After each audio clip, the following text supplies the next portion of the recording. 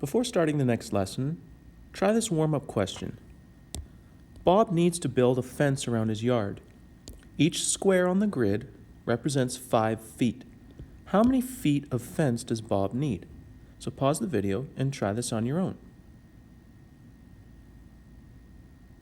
So this is one way you can attack this problem is you can count how many squares there are on the one side. There's 16 on the top, and there's 11 squares on the side.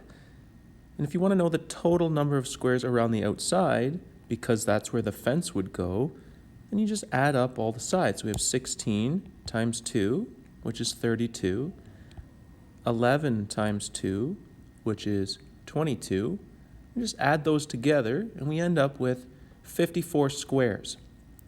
Now, each square on the grid represents 5 feet. So if we have 54 squares, each being worth 5 feet, well, that's 270 feet around the outside of the box, which is his yard, so he needs 270 feet of fence. And that leads nicely into our topic for this lesson, which is perimeter and area. So we'll talk about what perimeter and area are as a refresher, and we'll do some problems involving those. So first off, what is perimeter? It's the distance around the outside of a 2D shape. So that's like we calculated in the warm-up question. We calculated the perimeter of his yard. Some units are, well, meters, centimeters, kilometers, basically any unit of length. And to calculate perimeter, all we have to do is add all the outside lengths. Now, when we're talking about shapes in general, we use the word perimeter to be the distance around the outside. There's a special term when we're talking about circles, though. So for circles, we don't say perimeter, we say circumference. The circumference is just the perimeter of a circle. Area, on the other hand, is the amount of flat space a 2D shape takes up. So if you're thinking about the difference between perimeter and area, here I've got some diagrams. Perimeter, you're just looking for the length around the outside. Area, you're looking for the total amount of space that it takes up on a flat surface. If you're familiar with any form of renovation in your house, you might have installed baseboard. That's the strip of wood that goes around the bottom of a wall around the room. Baseboard would be like perimeter. It follows the perimeter of the room. If you're installing flooring, it takes up the space on the floor. So that's the area of the room. So whereas the units for perimeter are units of length, because it's the length around the outside, the units for area are those lengths squared. Squared because to calculate area of a rectangle, it's length times width. So if you have meters times meters, that's meters squared. So the units for area are things like meters squared, centimeters squared, millimeters squared, feet squared, or you might hear the term square feet. That's what it's talking about. Any unit squared is a measure of area. To calculate area, it really depends on what shape you're dealing with. So you use formulas for basic shapes. Each shape has its own formula for calculating area. For rectangles, it's length times width. For circles, it's a different calculation.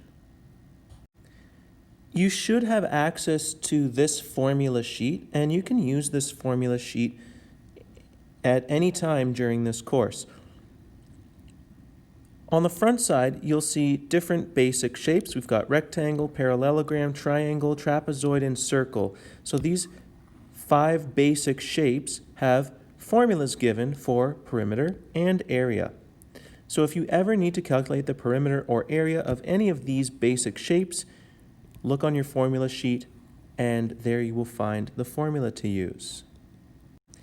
So for our first example, we're going to calculate the perimeter and area. How do I calculate the perimeter of this? Well, remember, perimeter, you just add up all the outside lengths. So the perimeter for this one is 6 centimeters plus 10 centimeters plus 8 centimeters. That gives me 24 centimeters.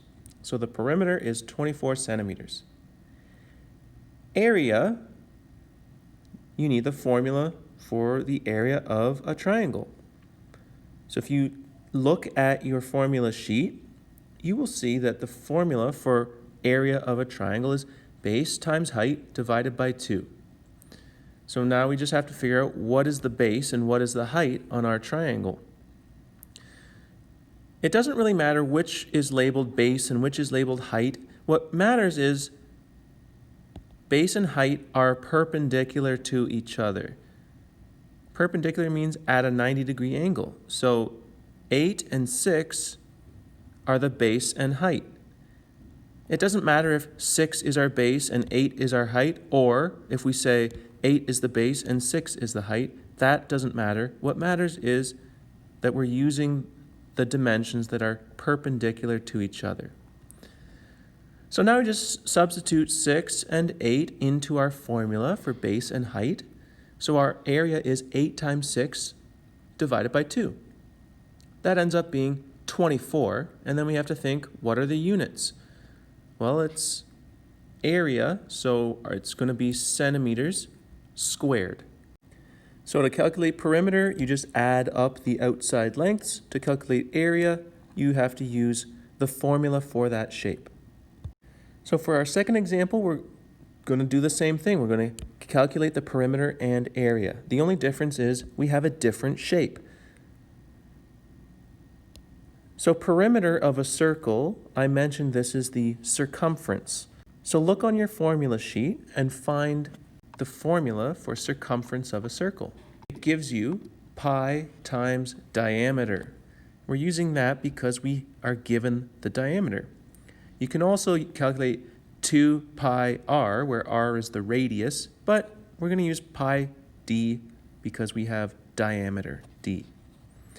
So circumference equals pi d. What's d? Well, it's the diameter, 7 millimeters. So pi times 7, that's what you would put in your calculator. Now, if you have a scientific calculator, which I hope you do, you'll probably have a pi button.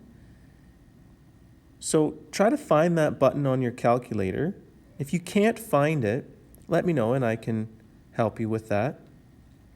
But when you press the pi button, it gives you a more precise value for pi rather than just relying on 3.14.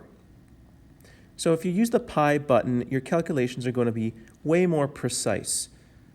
So if you do this calculation with your pi button, it will fill your screen with digits. It will say 21.99114858. Well, that's kind of a weird answer.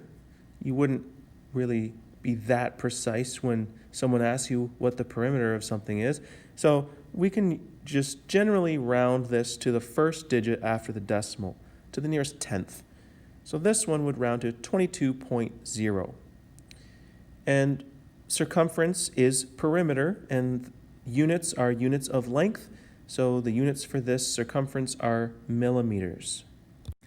Now, just a note here about communication. Notice that I put a dot above the equal sign. That symbolizes an approximate answer. So it's not exact. As soon as you round a number at all, you now have an approximate answer, and you should put a dot above the equal sign.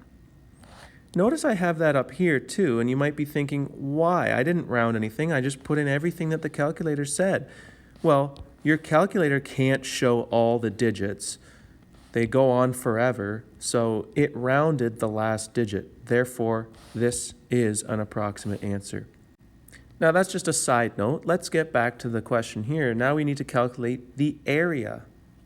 If you look up the formula for the area of a circle, it's pi r squared. So that means pi multiplied by the radius squared. Well, what's the radius? It's not 7.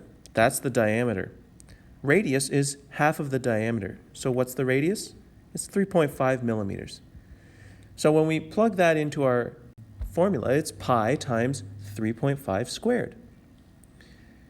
And if you have a nice scientific calculator, you can type this in exactly as it looks. You can press the pi button, press the bracket, 3.5, close the bracket, hit your square button, and then hit equals, and you should get an answer.